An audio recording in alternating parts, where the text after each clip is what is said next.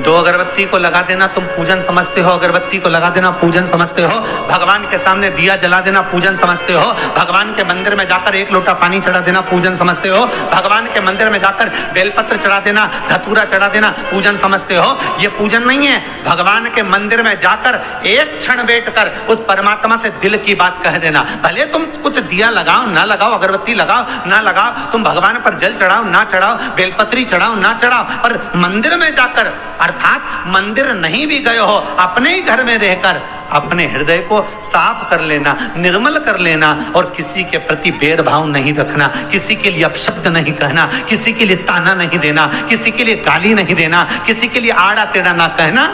ये पूजन से बढ़कर भी पूजन है साहब। आपके घर में जो दीपक होता है, दिया जो आप प्रज्वलित करते हो, तेल का दिया अगर आपको लगाना रहता है तो वो दिया अलग ही रखें। घृत का दिया अगर आपको लगाना है तो वो अलग ही रखें। घृत के दिए में तेल का दीप नहीं लगाना चाहिए और तेल के दीप में घृत का दीप नहीं लगाना चाहिए। कई लोग कहते हैं, कई लोगों का एक प्रसंग रहता है, महाराज जी गुरुदेव हमारा इतना सा कहना है कि हम मंदिर जाते हैं, रोज दिया लगाने जाते हैं, हम भगवान को रोज दिया लगाते हैं, पर एक बात समझ में नहीं आती, हमारे सालों निकल गए दिया लगाते लगाते, उसके बाद भी मैं दुखी क्यों, भगवान ने मेरे क्यों नहीं सुनी।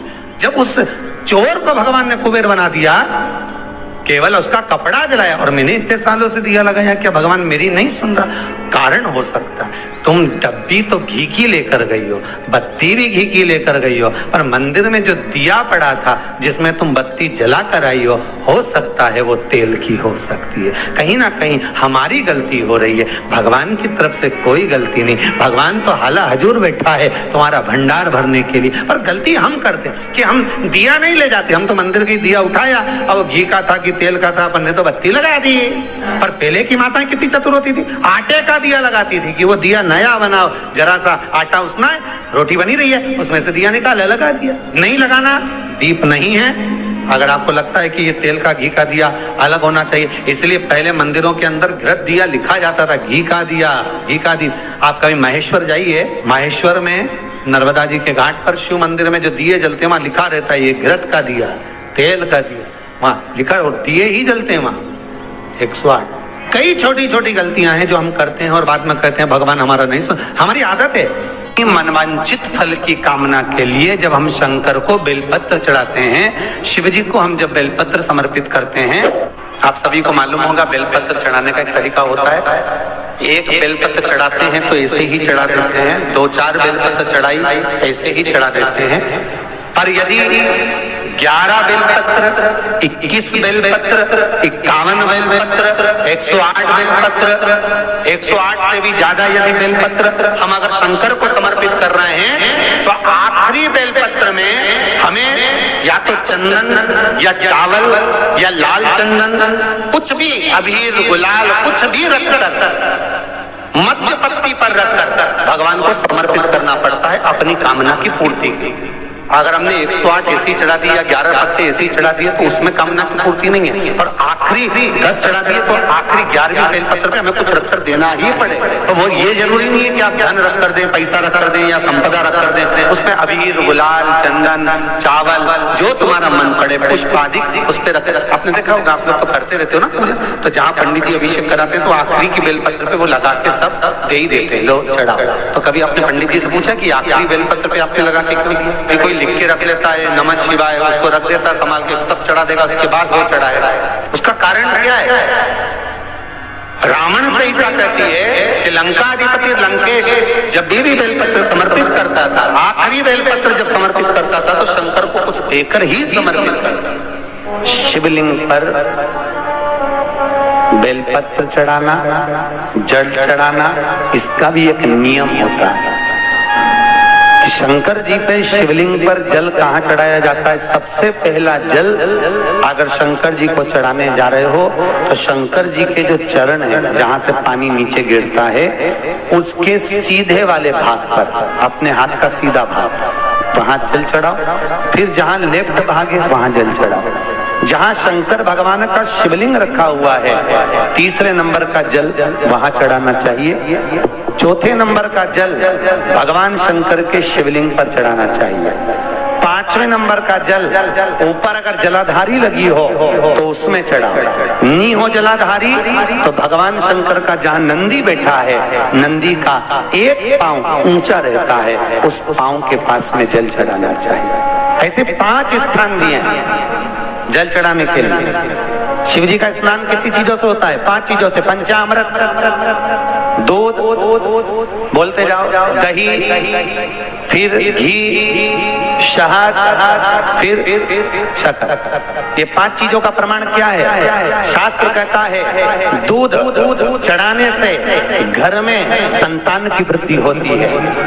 दही चढ़ाने से भगवान शिव के, अगर शिवलिंग पर हम दही चढ़ाते हैं, उससे परिवार में प्रेम बढ़ता है। क्या बढ़ता है? प्रेम। फिर घी चढ़ाने से हमारे घर से रोग दूर होता है। शहद चढ़ाने से, भगवान शंकर पर जो शहद चढ़ाया जाता है वो चढ़ाने से घर में संपदा की वृद्धि होती है। और 5वें नंबर पर भगवान को शक्कर, खांड जो आप जानते होंगे, शक्कर आदि पिसी हुई चढ़ा देने से, शिव जी को चढ़ाने से हमारे घर के बच्चे जिद्दी नहीं हो।